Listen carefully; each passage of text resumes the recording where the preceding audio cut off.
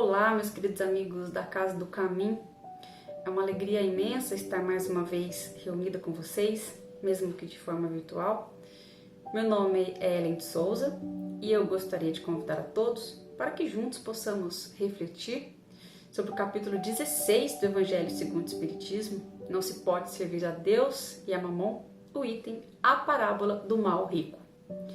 Nessa parábola, Jesus conta que havia um homem rico e um pobre chamado Lázaro. O rico, ele negava de dar as suas migalhas ao Lázaro, que não tinha o que comer. O tempo passou e os dois desencarnaram.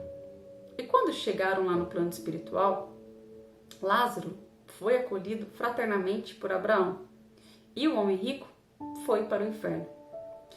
Em um momento, ele suplica para que Lázaro possa molhar a sua boca, para que possa matar a sua sede. E Abraão explica para ele que não é possível, pois existe uma barreira entre eles.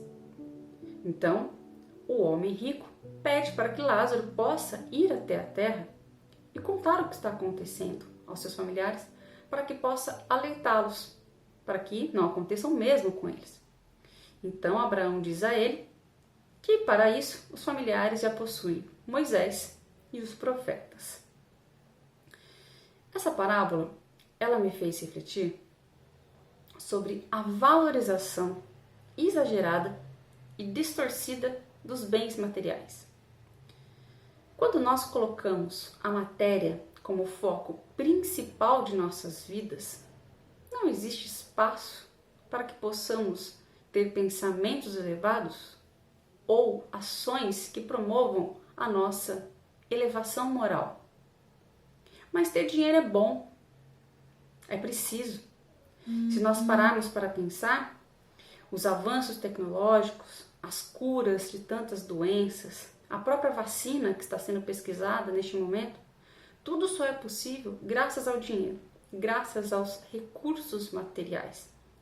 Então, a questão não é ter ou não ter dinheiro. A questão é a importância que nós damos a ele.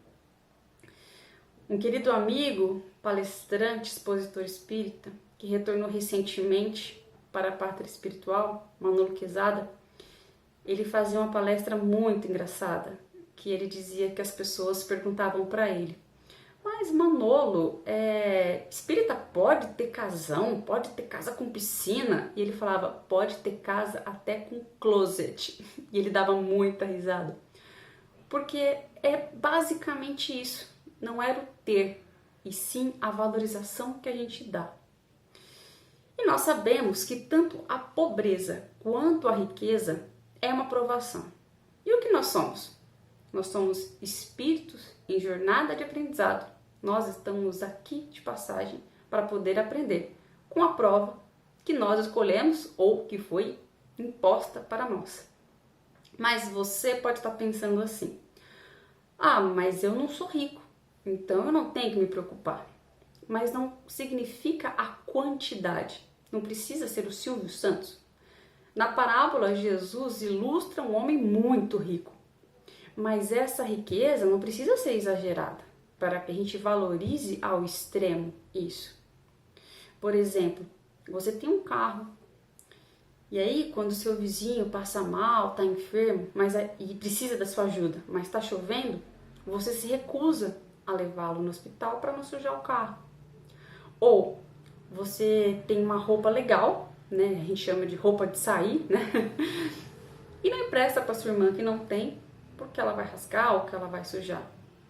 Neste momento, você está apegado a estes bens. É claro que nós temos que ter zelo pelaquilo que nós temos, porque nós trabalhamos, nós conquistamos aquilo.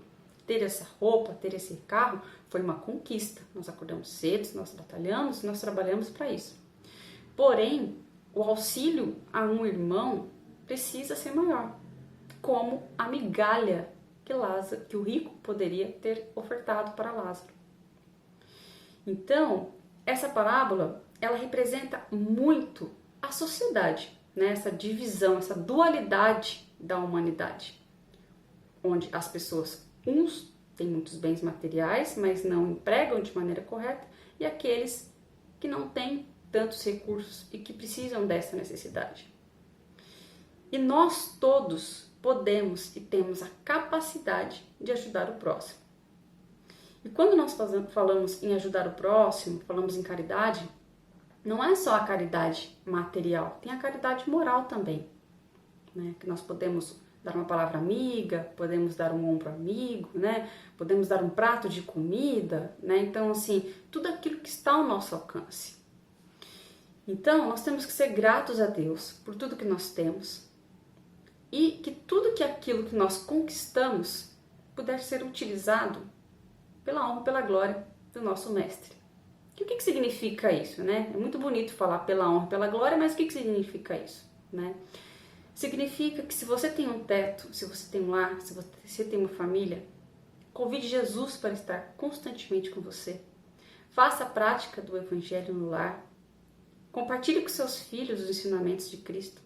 Se você tem condições financeiras de fazer uma viagem, de passear, de usufruir, né, o que tem, carregue sempre dentro de você todos os ensinamentos que o Mestre nos deixou, para que por onde você passar, você seja luz, você deixe um rastro de alegria, um rastro de solidariedade, né? Porque hoje, enquanto nós estamos encarnados, muitos só pensam neste mundo. Mas, como o Mestre Jesus nos disse, que o seu reino não é deste mundo. E a doutrina dos Espíritos, ela nos traz muitas reflexões em relação a isso.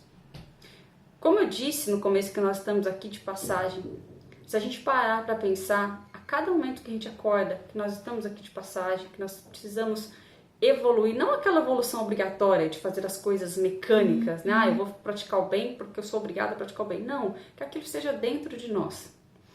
Porque assistindo uma palestra do Haroldo Dutra, ele fez uma reflexão bem interessante, que ele diz: o encarnado não valoriza aquilo que o desencarnado valoriza, né? Muitas das vezes a gente valoriza muito o nosso corpo físico. E quando a gente vai para a espiritualidade, a gente não tem mais esse corpo físico. E na parábola, é isso o ensinamento que Jesus nos traz.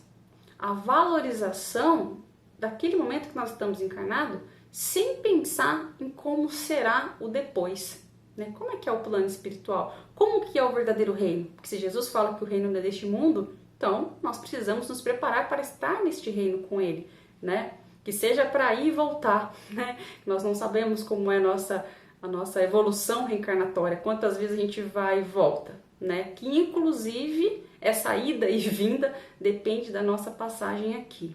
Então, essa parábola, apesar de ser simples de certa forma, porque Jesus era maravilhoso, né, gente? Eu falo que Jesus era tão maravilhoso que ele conseguia explicar coisas complexas de uma maneira tão simples, né?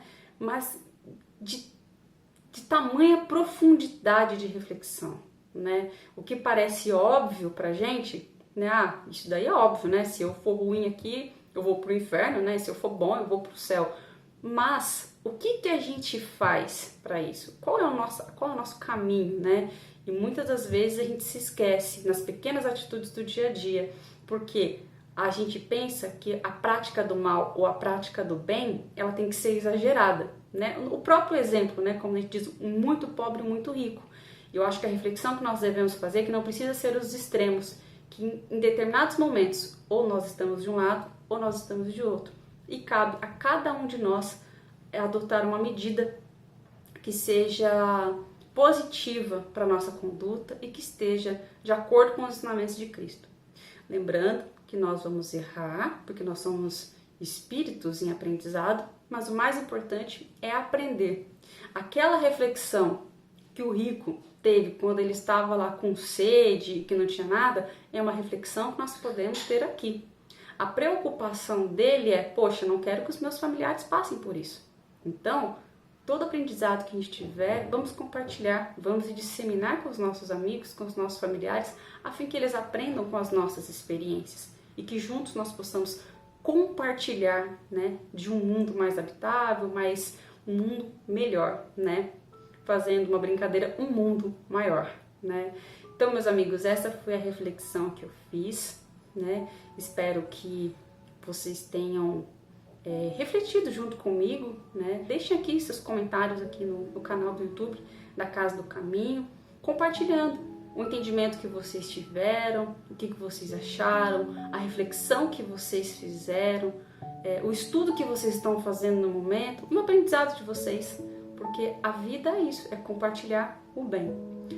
Muito obrigada mais uma vez, espero que o Mestre Jesus esteja no lar de cada um de vocês e que todos possam ter uma semana de muita luz, muita paz e principalmente muita saúde.